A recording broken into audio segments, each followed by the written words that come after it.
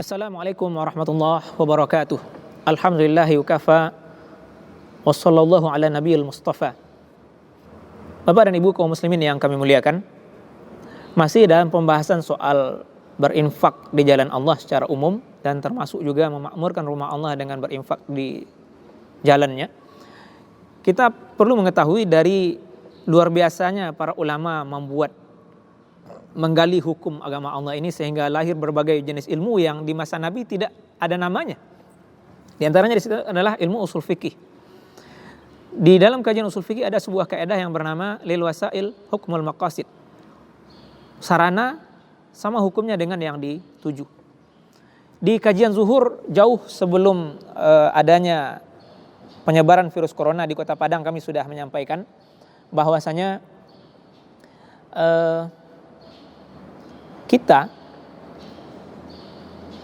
yang dituntut oleh Allah untuk mengeluarkan dari sebagian harta kita ini terkait sarana ini, perlu kita ketahui bahwasanya adanya imam, adanya muazzin yang mengumandangkan azan 5 waktu, itulah yang menyelamatkan komplek kita ini dari dikuasai syaitan. Karena Nabi mengabarkan kepada kita, majtama'a salasatun fi badwin wala qura la tuqamu fihimul jamaah illa istahwadha alaihimus syaitan. Ini dalam hadis-hadis yang sahih. Tidak ada berkumpul 3 orang, apakah itu di kota ataupun di badui, tidak mereka tegakkan di situ salat berjamaah, melainkan mereka dikuasai oleh syaitan. Maka ketika kita sepakat membuat masjid, membuat rumah Allah, maka kita semestinya juga sepakat untuk mengisinya dengan fardu 5 waktu. Nah, hari ini itu terhalang, dipindahkan dengan kita berjamaah di rumah masing-masing, tapi itu tidak menghalangi berkumandangnya azan 5 waktu, tidak menghalangi imam berniat menjadi imam walaupun dia sholat sendirian di masjid ini. Itu penting kita garis bawahi. Imam masjid walaupun dia sholat sendirian di masjid ini tetap meniatkan menjadi imam.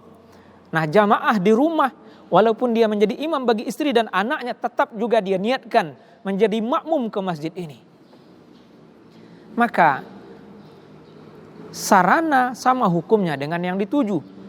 Menjaga komplek ini dari dikuasai syaitan adalah kewajiban kita bersama. Maka tegaknya azan 5 waktu, adanya orang sholat walaupun sendirian dalam masjid ini, itu adalah tuntutan kita. Bapak dan Ibu kaum muslimin, itu adalah tujuan. Karena sholat adalah tujuan dari hidup kita. Tujuan hidup kita adalah beribadah untuk mengingat Allah Ta'ala. Sudah sama kita ketahui. A'udzubillahi minasyaitonirrajim. Wa ma khalaqtul jinna wal insa illa liya'budun.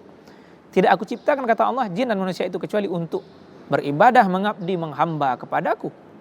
Maka penghambaan itu sangat nampak di ibadah sholat. Maka ketika kegiatan-kegiatan yang masih bisa dilaksanakan di masjid ini harus kita tegakkan, itu tujuan sarananya adalah pemakmurannya. Maka berinfak, bersedekah untuk masjid yang sedang sepi dan lengang ini tetap menjadi beban kita kaum muslimin, terutama yang tinggal di lingkar masjid ini. Dan kita perlu kembali ingat dengan iman kita kepada Allah dan hari akhir. Hidup kita sebentar, kita pasti mati. Yang kita butuhkan adalah adanya amal soleh yang mendampingi kita di alam kubur. Maka Nabi SAW mengabarkan kepada kita dalam hadis yang sahih dinukil oleh Imam Nawawi dalam Riyadhus Shalihin, ayyukum maluhu ahabba ilaihi min mali warasatihi.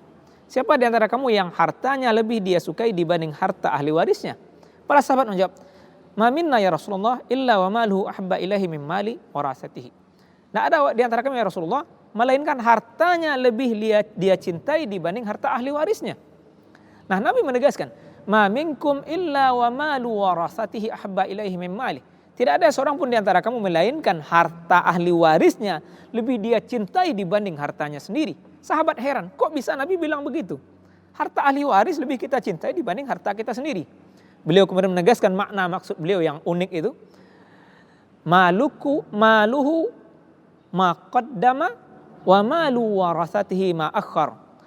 Harta dia adalah yang dia kedepankan untuk akhirat, dan harta ahli warisnya adalah yang dia sisakan dan dia tinggalkan. Mari kita pakai logika itu. Rumah mewah yang kita miliki hari ini adalah harta ahli waris, tidak akan kita bawa ke akhirat. Mobil mewah yang kita miliki hari ini adalah harta ahli waris, kita mati ahli waris yang punya. Mobil kita yang benar adalah yang kita wakafkan di jalan Allah. Rumah kita adalah yang kita wakafkan di jalan Allah Ta'ala. Uang kita, ratusan ribu, jutaan yang kita punya, itu adalah harta ahli waris yang tidak kita bawa ke alam kubur. Kita mati, saldo yang ada di bank itu, yang di dompet, yang di dalam brankas, itu semua milik ahli waris. Yang harta kita adalah yang sudah kita kedepankan untuk akhirat. Maka kami mengajak, kita yang dijadikan oleh Allah rezekinya lewat jalur semen Padang ini, sisihkanlah untuk masjid yang terdekat dengan kita, yang hari-harian kita mendengarkan kumandang azan dari sini, Masjid Raya Jabar Rahmah Semen Padang yang kita cintai ini. Kami pribadi sebagai imam sudah pasti akan menyisihkan dari gaji yang kami terima dari masjid ini untuk kembali diputar untuk operasional masjid ini, insya Allah. Demikian, semoga ini menggugah kita untuk tidak menjadi pelit karena sulitnya kondisi ekonomi di masa wabah virus corona ini.